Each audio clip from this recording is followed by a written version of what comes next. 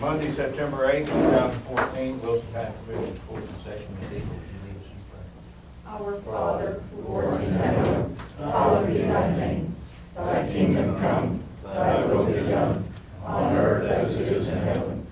Give us this day our daily bread, and forgive us our trespasses, as we forgive those who trespass against us. And lead us not into temptation, but deliver us from evil. For thine is the kingdom, and the power, and the glory forever. Amen. I pledge allegiance to the flag of the United States of America, and to the republic for which it stands, one nation, under God, indivisible, with liberty and justice for all. Honor the Texas flag. I pledge allegiance to thee, Texas, one state, under God, one and indivisible. There should be a public comment sheet that was being passed around. Okay. Is it coming up this way? Will you sign it? I just got through. Did you sign that second and third page? Everybody has to sign that in. Okay. And then he said no. Right, Becky? Yeah, okay. Did you? Okay, all right. There's a attendance going on, I gotta, if you wanna make a comment. Becky doesn't need to sign. Did not need to sign. Yeah. Always forget to sign. Are we making comments? Item 2, public comments. First one to sign up is Mr. Posey. He don't mind item, he wants for number 6. Oh, Yeah. all right. I just signed that remember I had, if Oh, I okay. wanted to say something, Yes, you can. but I don't want to say it. I'll pass. Mr. Rosenberg. I'm in support of item 7, Judge, when it comes up, please.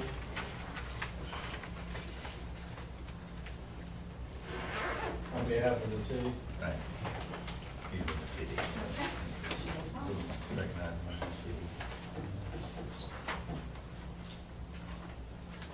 Item 3, certificate of completion. I have one of this one. And public hearing on Annex 1, 2, and 3, we're gonna wait on that one. Mr. Thorne's on his way down to give us an update, so we'll come back to item 5 on that. I'm talking item 5. Item 4, extension activity report. Everyone has a handout on that. Yes, sir. For anybody in the audience, that's just a report from Texas AgriLife that updated what their activities have been. Report on that. Item 6, discuss and take action on request by adjacent landowners for use of county roads apparently abandoned prior to 1928, located precinct 2, Wilson County. Yes.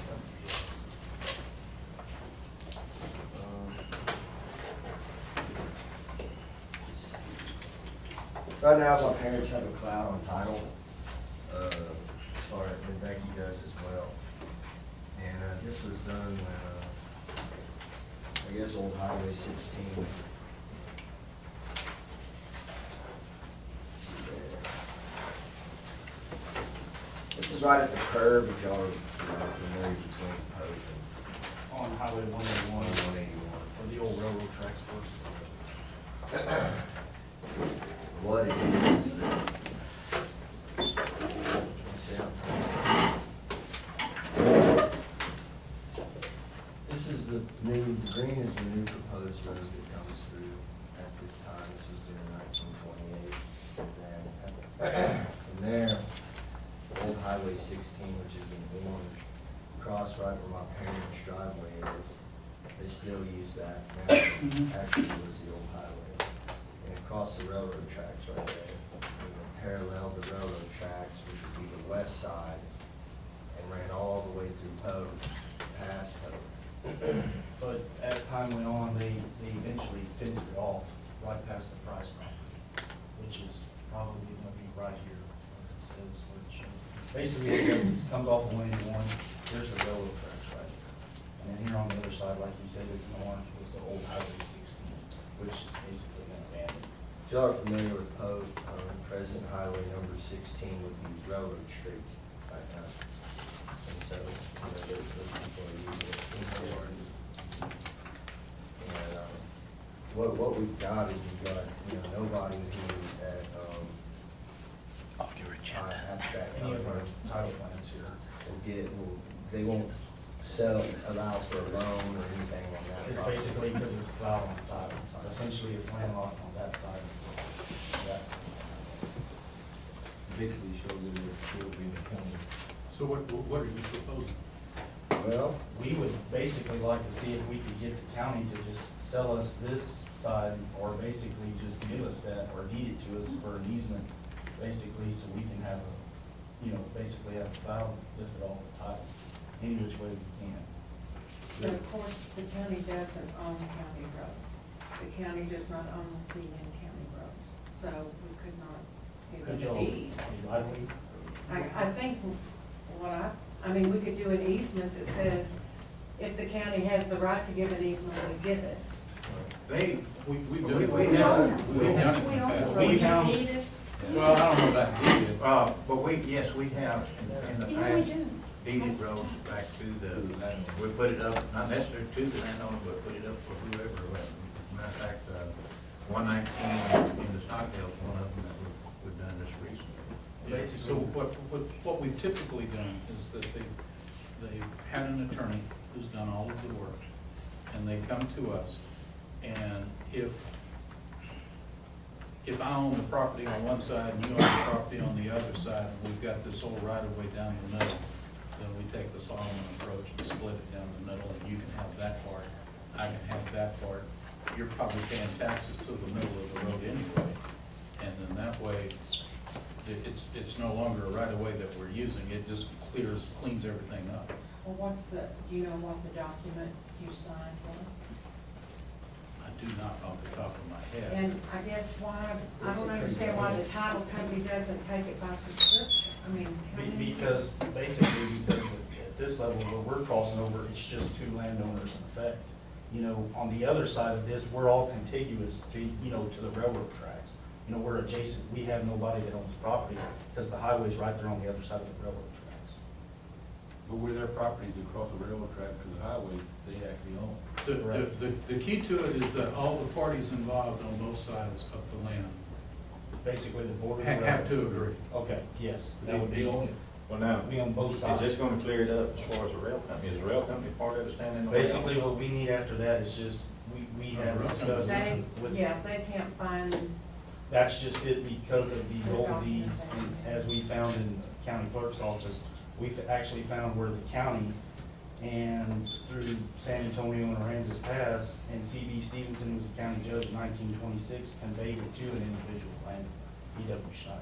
Oh, okay. As Mr. Chapman, conveyed what to the road? Conveyed them the property. Well, then why isn't that the property owner now? Well, no, this- that's down here where it's a That's a totally road. different We land. just brought this as an example of where the county gave it back to them over here. It's very, very, very complex, because there's places in the records where it shows the county gave the property back to some landowners, but then 2 years later came back because other landowners said they needed the road and made it into a county road again. And it kind of goes back and forth. That's the key, is that the landowners, if you own on both sides, then Which we do. there's On probably both not. sides, both sides of the railroad? Correct. Yes. Okay. and I'm kinda like Ms. Chapman, in a way, I don't understand why the title company, if it's a public piece of property such as a public road, Yeah. why they would hold that over. And But, then- I don't know either. That's what I was kind of baffled by. yeah, But they were saying that basically this whole, they say that, they basically explained to us that was the problem, or that was the issue that That was. was, yeah, their problem, but have y'all employed an attorney to put it all together? Yes, we can seek one to do that. I can't remember that attorney's name out of Lavernia who's handled Gary Shanks. Gary Shanks is handling. But he may or may not take it. He's kind of trying to retire, but Okay. he's very good at it. He has handled virtually every one of these that's come through since I've been But in it, I court. mean, He knows it's how to clear put it under together. the law, and again, the title company should notice that if the road's not being used by the public, it goes to the adjoining landowners. But, I mean, we talked about that since the first day I talked to Ms. Price. Well, I think as long as you get an attorney and it meets all the legal, or we're legal, I don't think there's any problem with the court awarding it to you. For instance, excuse me. Is that Thomas is trying to buy this acreage back here, which is behind Becky and Levi Price. Okay? Here's your Southern Pacific Railroad that runs through here.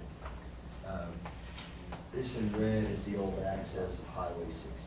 So what you're saying is if it's not in use technically, it should intersect the railroad right away at 90-degree angles. So in that being, this landlocks Becky and Levi Price, landlocks this tract of land, landlocks my mom and dad. And then my dad and I own this tract right So here. this would actually give Thomason access crossing one and one. Which we as a family would basically just give each other an easement, so nobody would be basically landlocked with anybody. Because at this side, this landowner that has here, like Sherman He's said, got an access. he's got an access down here. So it mainly pertains to this tract of land right here. In my opinion, you just need to get an attorney Okay. who knows how to package it. Okay. Because we've had this several times since I've been here, and if you have an attorney who understands it, knows how to package it, Okay. then it's probably not a problem. But you have to have that that. part that you want, Yes. the railroad acquisition, instead of the county road. Yes, well, it actually says this was the county road all the way back to where, where the old highway 116 was, is where they're calling it county road. But we'll have no problem finding it. I think what he'll have, I mean, as far as, what he needs to, you've got the documentation, we're probably just gonna hand it to him, and he'll look it over and look at it. Are y'all gonna need a meets and bounds on this? Basically, the description of the old road or any. Yes, Okay. yes, you will. Yeah. There's an example that we have when you follow what they have accepted. Okay. The exact procedure. Okay. The application and then the order and everything. Good, good. We can give you an example and you can take it to your attorney and Okay. review it. Do we have to appear here again, or do Or we? basically do it, okay. Once he gets it done, and he can bring it back to the court, y'all can bring it back to the court. What I'll do is I'll draft up a meets and bounds description of this, because I'm sure y'all understand that. This is my server. And then we'll go from there, once the attorney, and we'll get back on the books. It should be no issue once he gets all that. So, thank you, fellas. Thank y'all so much. And we'll try to get those copies sometime today. Item 7, discussion and potential action shall occur regarding entering into an interlocal agreement with the city of Floresville regarding the health and grease trap inspection. I think I need Lou, I think he wants to speak on that. Yeah. Edwin is going to summarize, the contract. When it comes to grease traps, We've been in discussion with the city of Floresville about starting to do health inspections within the city again. Drew up a contract, interlocal agreement. The county attorney, assistant county attorney, and Mr. Rosenberg worked on it and got something back that looks like a good document, and then we're gonna start to, if y'all approve this, we'll start. The city has approved it, and we're calling it pending its approval, and we'll start doing health inspections in the city. In the past, one of the issues was the cost associated with doing the inspections versus what we were receiving. That has been remedied in the agreement. so it shouldn't be a negative. Shouldn't be an cash flow. issue, right? But how much are they paying for It's, each? $200 is the permit fee, with the city of Floresville would collect it, and, the county gets 80% of that. And then there is a $75 temporary or 3-day, permit for festivals and fundraisers and such as that, and, those, same thing, it's 80% county, 20% city. And our responsibility is to do the inspections and, turn in reports to the city. If there's light enforcement, we will be doing that. You know, any ordinance that the city passes that relates to health, as far as food permitting is concerned, we will handle that also. Do you have anything to add, Ken? No, I think that's it. He'll really do the inspection part, the city will do accepting the application. The permitting, the Yeah, actual the permitting part, All the paperwork and the the city will do. enforcement part, and he will do the inspection. Do you have anything, Mr. Rosenberg? No, the document's been drafted by Ms. Chapman and, her colleague, and we passed it in the form that you asked for, and did that 2 council meetings ago, so we're just coming back to you, and I talked to Mr. Baker about when we might commence. He has some staffing issues, and it looks like it'll probably commence sometime around the 6th of the year. We're in the process of taking our ordinance on particularly grease traps and substantially revising it. We're gonna follow, for those of you that are familiar with it, we're gonna follow fairly closely the city of Livonia pattern. It's one that I think everybody in the county is sort of familiar with. And basically what our issue is on the grease trap, just to be direct about it, is we're getting a large quantity of grease from our new restaurants and our old restaurants into the sewer plant. And we're getting written up by TCEQ because the grease impairs all the bacteria that can properly function. And that's the primary thrust initially of the grease trap inspection. The rest of the plan needs its support. But we want to work with Mr. Baker on this, and he asked me what's the effective date. We're visualizing the effective date to be what's stated in the contract. We'll be doing transition ourselves on making it work. And so the rest of it, Judge, I would say to his comments and to the county attorney's office, thank you very much for drafting it. Very important. Motion, Commissioner Powell, Commissioner Wiley, all in favor?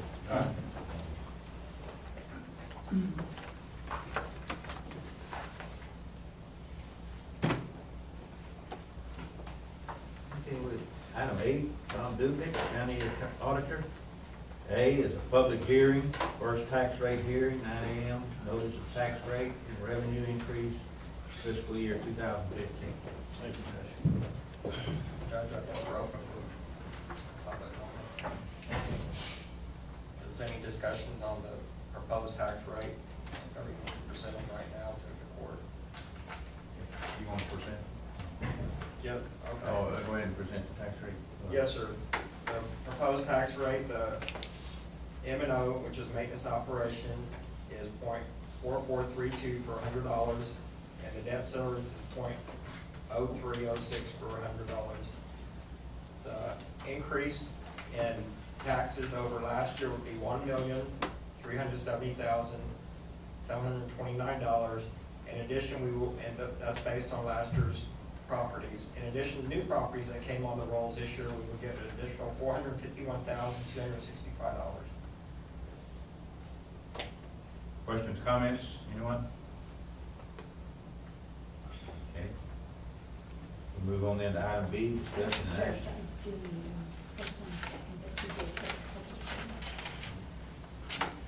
Motion that we held a public hearing, Commissioner Powell, second, Commissioner Wiley, all in favor? Item B, discussion and action to approve the 2015 Wilson County Appraisal District Operation Budget. Yes, sir. Ms. Martinez has that. It's just for formality purposes. They presented it to us and everything looks fine from my office. Everyone had an opportunity to review their operating budget. Haven't seen.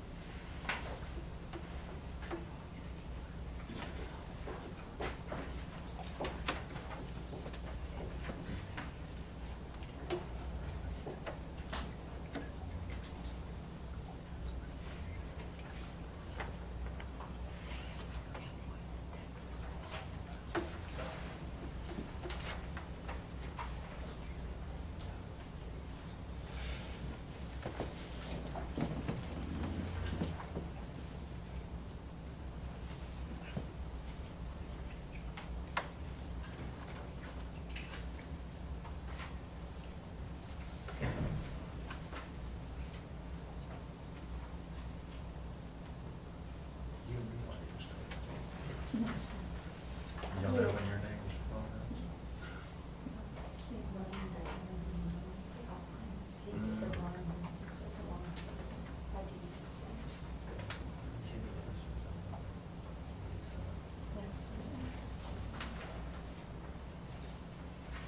Yeah, we were on Earth, Oh, he was.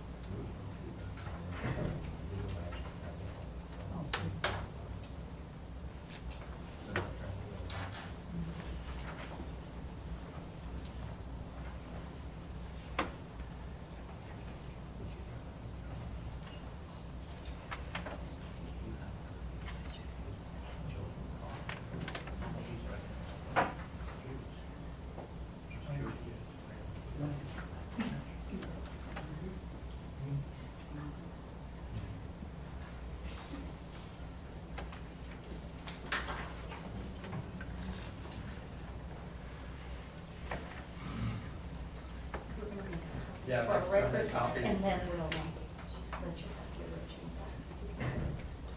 back. Yeah, if you can Just take it all. if, we can get copies of the week before. we can get to this, No, we might They announced your name, you know, Yeah, at the video. you're spelling one of the old. Yeah. He said, oh, that Mine one. and Eva and sheriffs and everybody tells it about one. It's about one. Yes, and he says, this is not a winner, oh, probably mine, and you sure enough.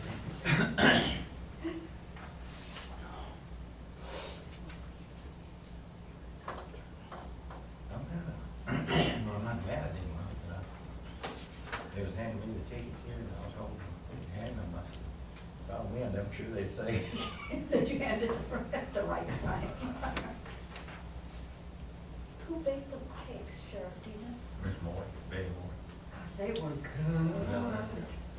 Yeah, it was a good recipe. All of them was. Yeah. That's quite a few flavors of cake. Yes.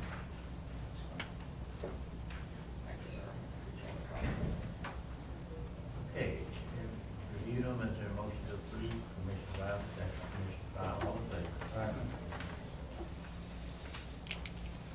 Item 9, we'll go back to item 5, public hearing courthouse annex 123. Morning, Mr. Are you ready, or do you want to wait? I'll just set up real quick and then I'll meet you. Well, we'll go on, take a couple, and you go ahead and I'll go set ahead up and while set we do up. that. You want to? Item 9, Nicky Store, Wilson County Librarian.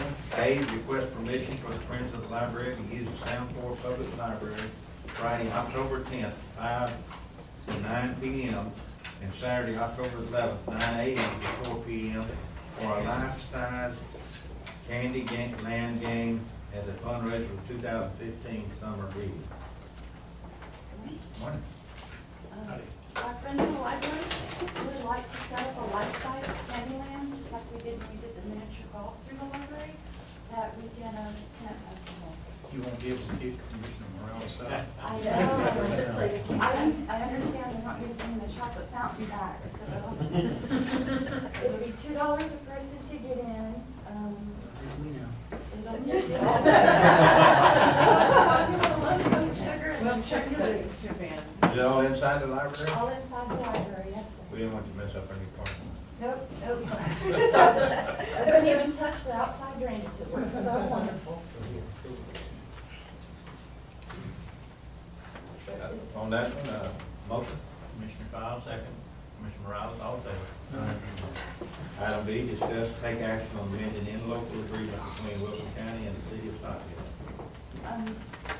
We have already come about the approval to press forward to make Stockdale a branch library with us. They are all excited. I did meet with the Stockdale City Council, and they have approved it as well. So my final step is to get the judge's signature, and I am still missing 2 signatures. I'm happy to bring it to you. Missing one? 2 signatures. Instead of amend, everything's all right. Everything's all right, just like we talked It about. seems like there was an issue the last time, although we were not gonna have any responsibility for the grounds, that in the contract, it indicated that we would. Right, that all has been corrected and, The only reason it says amended is because we already had an agreement with them providing the part-time librarian.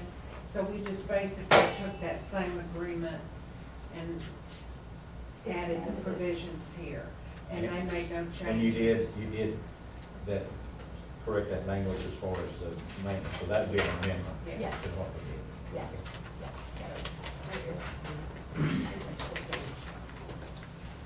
Motion, Commissioner Wiley, second. Commissioner Morales, all in favor?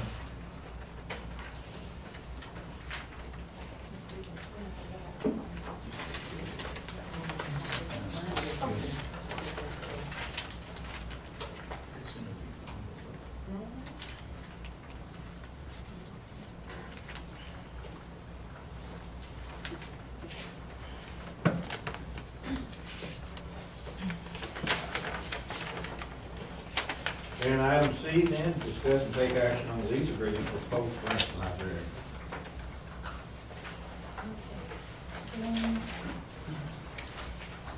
Mr. Meckel has come to my office at the library, and he has signed the original, from stamping from the draft, and he is asking nothing in return. I have met with the Post City Council. The only comment they had was one of the council members would like to come to the library and have a cup of coffee and read the paper. He's all in favor for it. So. You gonna bring it on the phone? No, we have a coffee machine already Oh. here, it's already been donated. I just don't get everything in. I'd ask if he's gonna touch Commissioner Files' chair, but it's in the library, so. Motion, Commissioner Fowle, second. Commissioner Wiley, all in favor? I'd like to reach out to it. Tomorrow. Maybe on.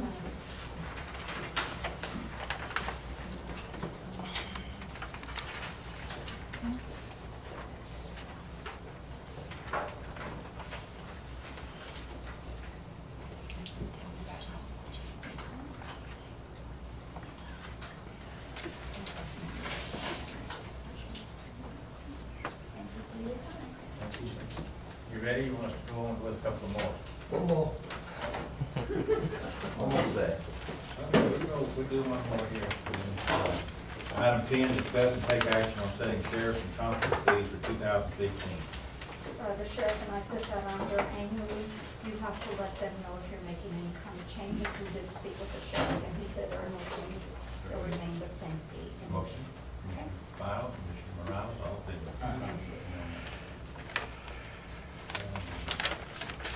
Item 11, Ela S. Martinez, County Clerk, request to renew contract with the Department of State Health Services.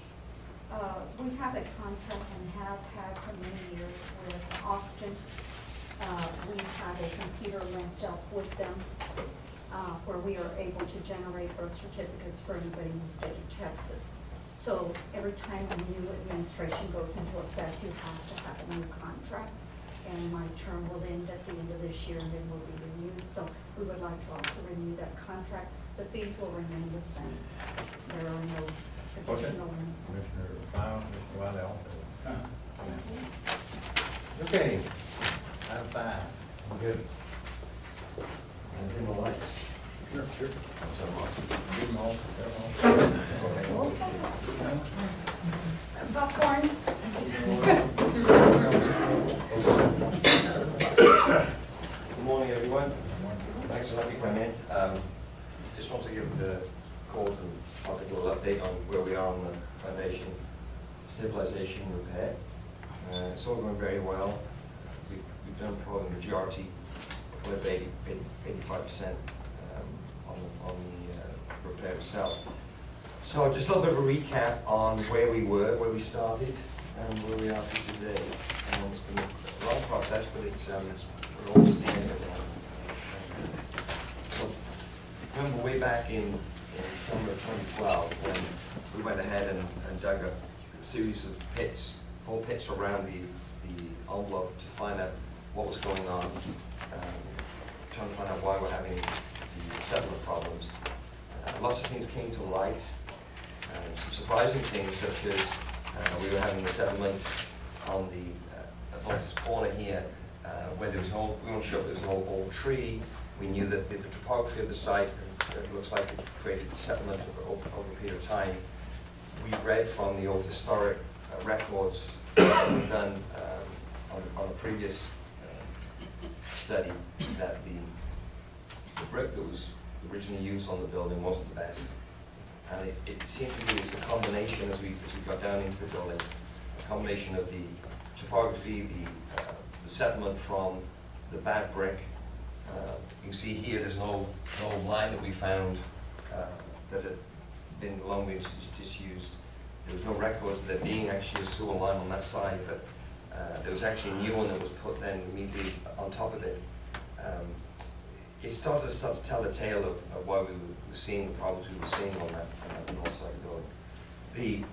As we went down then into the ground, you see we're sitting, have geotech, myself, from my office, and structural, we're down in the hole there. You could literally put your hand on the brick about 4 feet down, and literally put your fist all the way through the wall. It had literally become one with the earth. So we realized that we needed to have we had a situation in our hands. We need to come back and come up with an idea that how we could replace this footing all the way around. You can see here there's some of the old brick that was put around, some of the harness brick was put around to try and create ease for water runoff off the face of the building. I think it's helped a little bit over the years, but not done a great amount. The biggest problem we were having was the moisture coming down from the large parking lot to the north, and then coming down underneath, and just erosion for over many, many years.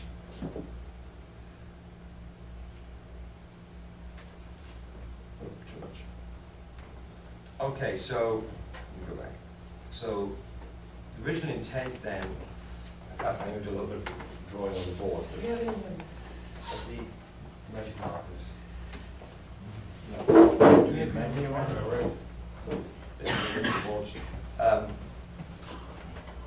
So basically the thought, the ideology was we were then going to go ahead and take out everywhere we could see that we were having the foundation issues all the way around the building. Take out in almost a 3 to 4 foot sections all the way around, and then come back in with rebar, concrete, sort of in a I guess on a zigzag pattern all the way around the building. So we take out a section of the old brick, leave part of it there, take a new section. Oh, thank you. Put the lights back. So.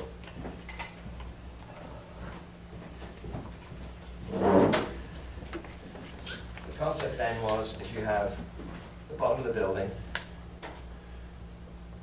you've got the coining going on like so. This is where we have that real bad side here. Then we have the window. We have the window like so here.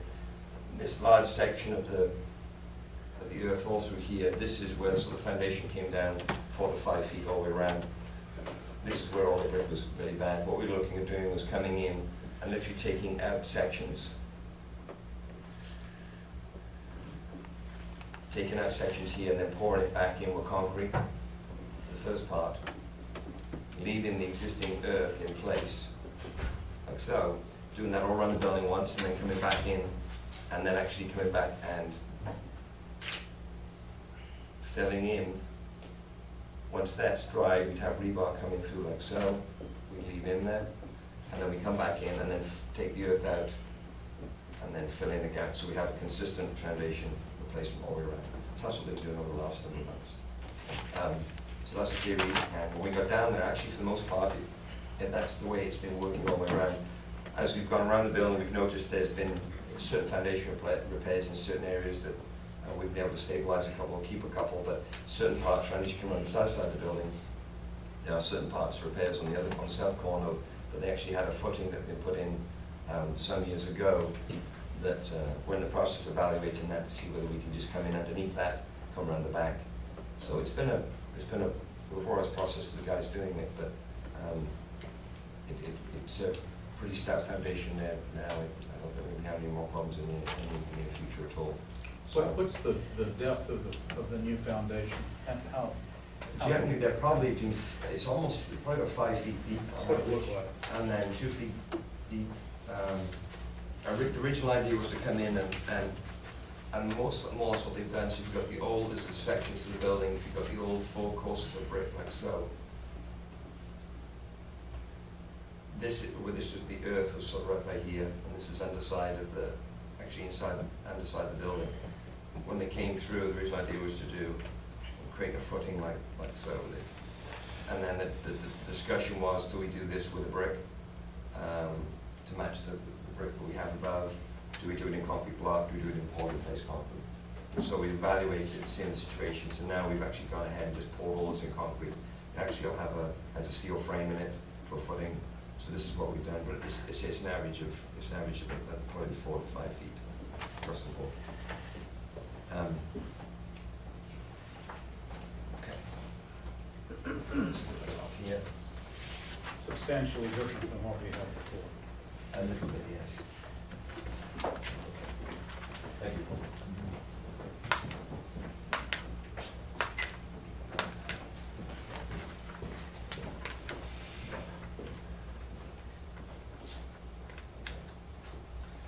So this is the process. At the top left corner, you start to see here where we start to take these sections out to the earth. This here illustrates that steel cage, and you can see this is where basically the bottom of the brick that you see that was the brick that was half decent, which is just in and around about where that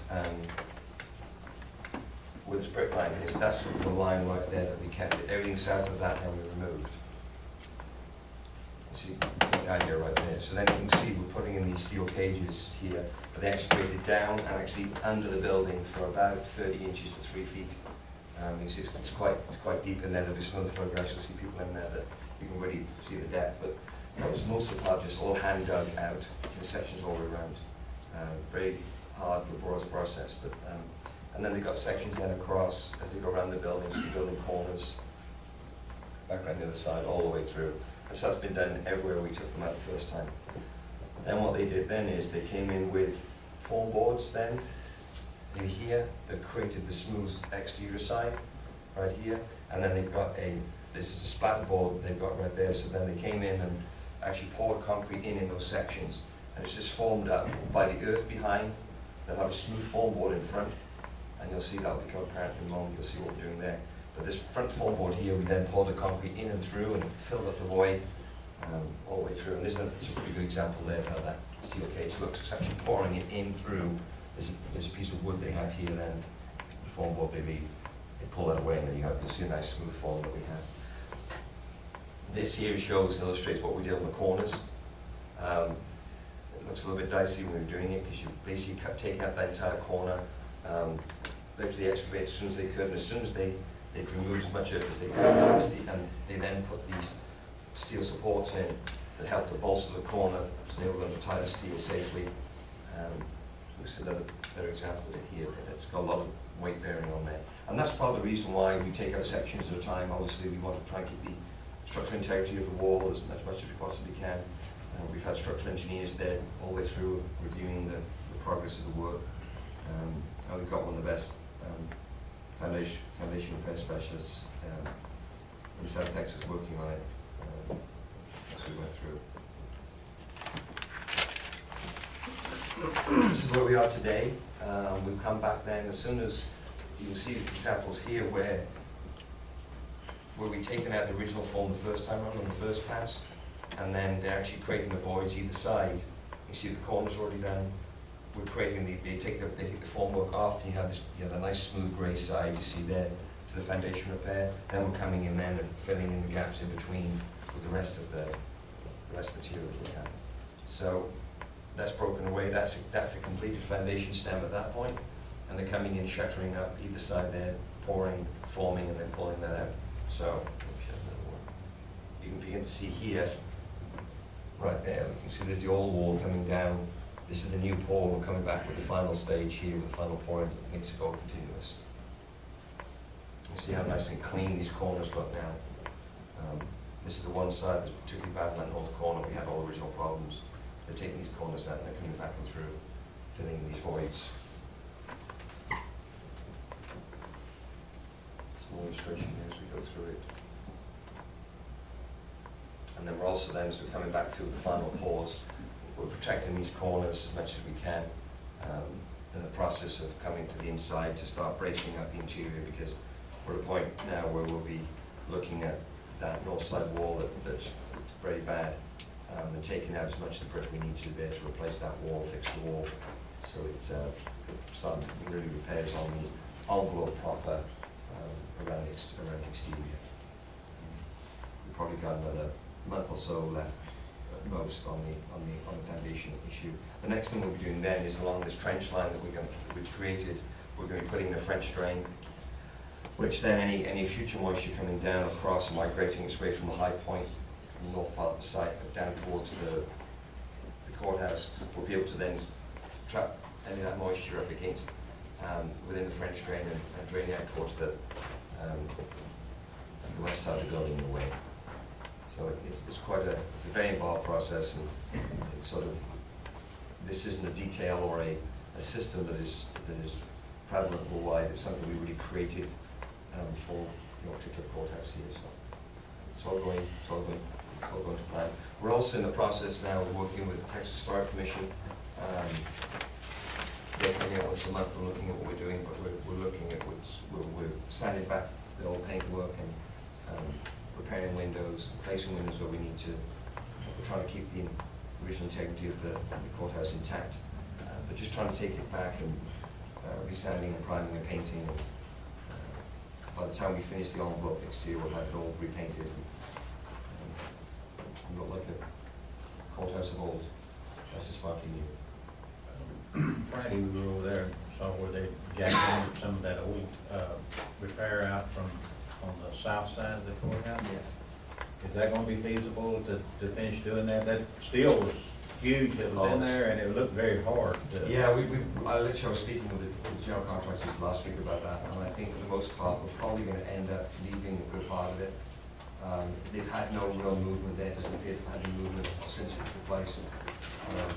They did that back in the 80s, I think. Well, I don't know when that part fell off over there, but it was, probably wasn't 80. Yeah, and so it looks, as you say, it's pretty stout. It looks like they're like. But it's still very, and you know, I think he said something that needed to come under more, maybe easier to pour underneath than to.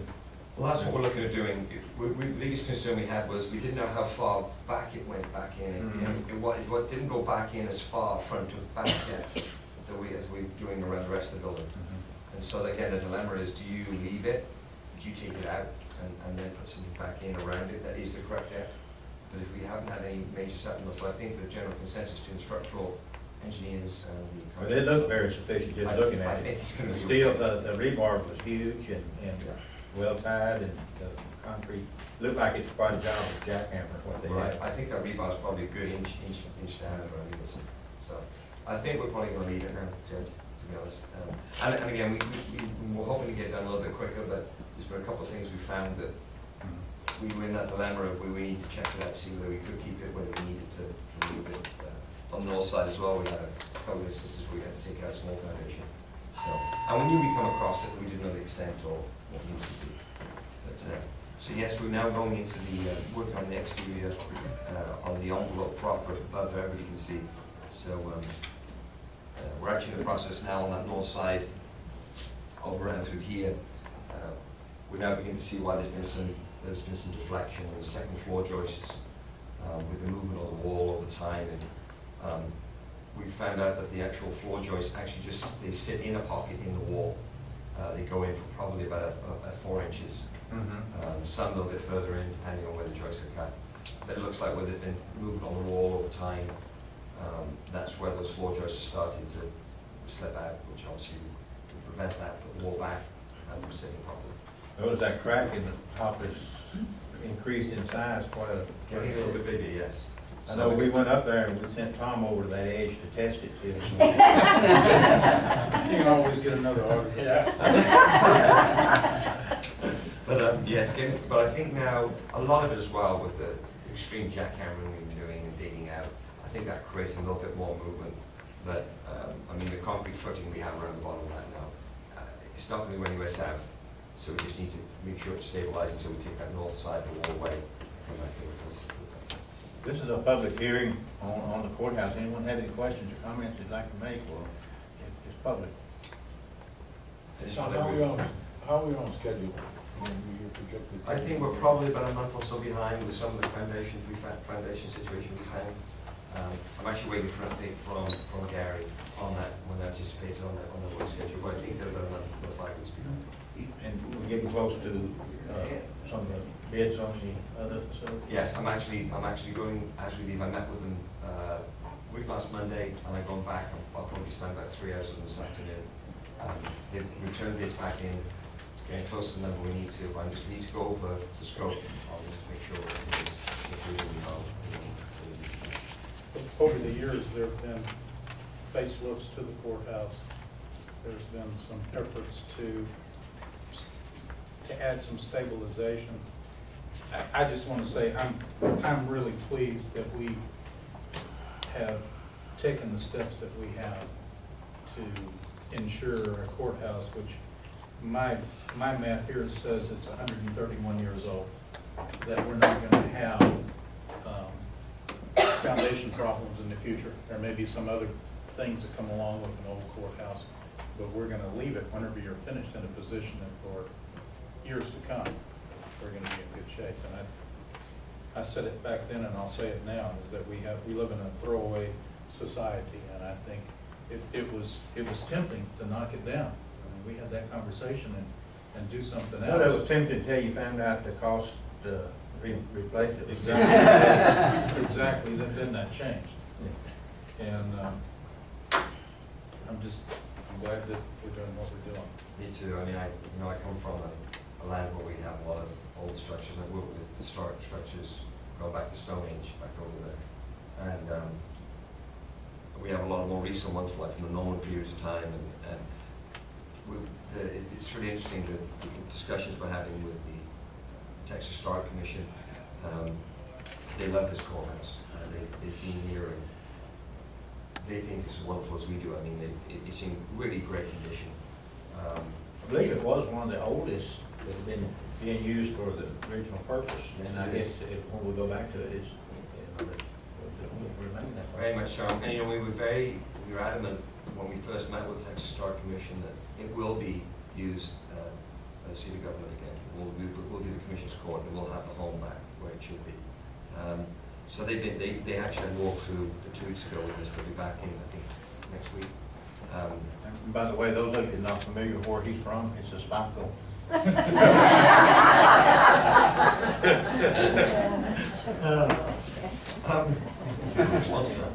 And so it's interesting that when they walked the other day, even though the building hasn't been occupied for 2 years, and usually you have to live in a building to keep the building alive. It tends to start to degrade pretty rapidly when people aren't using the spaces.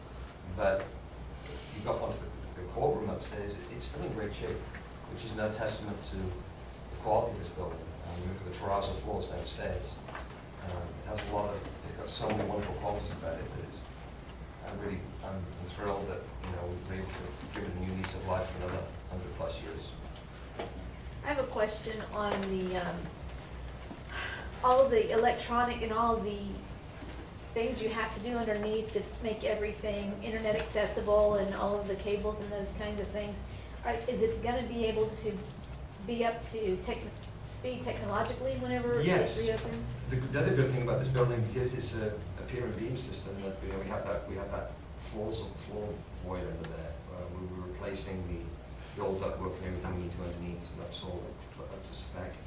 Most of the existing AC in there we're going to reutilize. We've looked at these options we have as well. I mean, for those I know that a lot of people here have been in that building for many years. For most part, the offices are air conditioned, yet the hallways weren't. So we're going back to the original idea of having that. However, we do have the ability to add mini-split surface mounted fixtures. What we've been trying to do is there's so much technology you can use today. I think we need to be careful of, you can almost destroy the integrity of the building sometimes by putting in everything. But we all know how technology develops. 5 years ago, everybody, whether you're doing public buildings, private buildings, retail, commercial, residential. You know, everyone had put Cat 5 in because you needed everything for the internet. Well, you know where we're at now, we're in a Wi-Fi world now that you basically, most of that cabling is redundant. So we really want to be smart on how we adapt this building for the future. So we're trying to be as least invasive as possible so that we don't have, for example, the ceilings, you can start on a real slippery slope of tearing stuff out left, right, and center to put this, that, and the rest of it in, but, you know, obviously the cost goes up then. So we've been trying to be really careful on what we're speccing, but we do have the ability to fish lines and through. A lot of all the historic structures we've worked with in the past, like this, things like this raceway, and it's not the prettiest thing in the world, but the technology to it, when you have a block wall like this, this technology is an easier way that you can access and run conduit around that really doesn't damage the wall during the ideas we have for the interior of putting partitions in to create offices. We're looking at if we can do it to actually put them in so we have the least